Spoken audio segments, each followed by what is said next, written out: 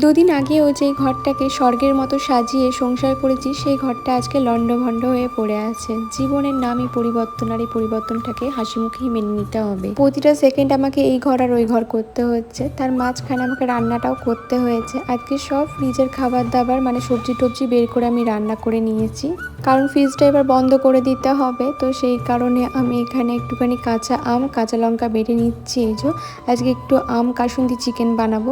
এটা আমি সেই টিকটকে যখন করতাম তখন তোমাদের সাথে রেসিপি শেয়ার করেছি। আর এখানে বানাচ্ছিলাম মাশরুমের পোস্ত, আলু পেঁয়াজ কাঁচা লঙ্কা কালো জিরে দিয়ে ভেজে নিয়েছি দেখতে পেলে। আর এখানে একটুখানি কাঁচা আম, কাঁচা লঙ্কা আর কাসুন্দি দিয়ে চিকেনটাকে ম্যারিনেশন করে রেখে দিলাম।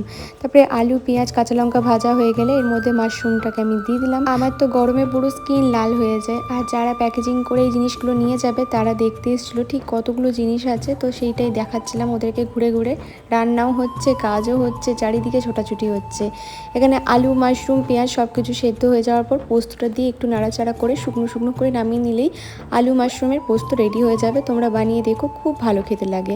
আর এখানে আমি একটু পটলে ভেজেছিলাম আর বানাচ্ছিলাম চিকেন কাসুন্দি, যেটা মানে আম চিকেন কাসুন্দি। এখানে পেঁয়াজটা ভেজে আদা রসুন বাটা দিয়ে ভালো করে কষিয়ে নিয়েছি, আর তারপরে চিকেনটা দিয়ে ভালো করে কষাবো। অ্যান্ড লাস্টে নামাবার আগে যে কাঁচা লঙ্কা আর আমটা বাটা ছিল ওটা একটু দিয়ে কষিয়ে নামিয়ে নিলেই হয়ে যাবে রান্না।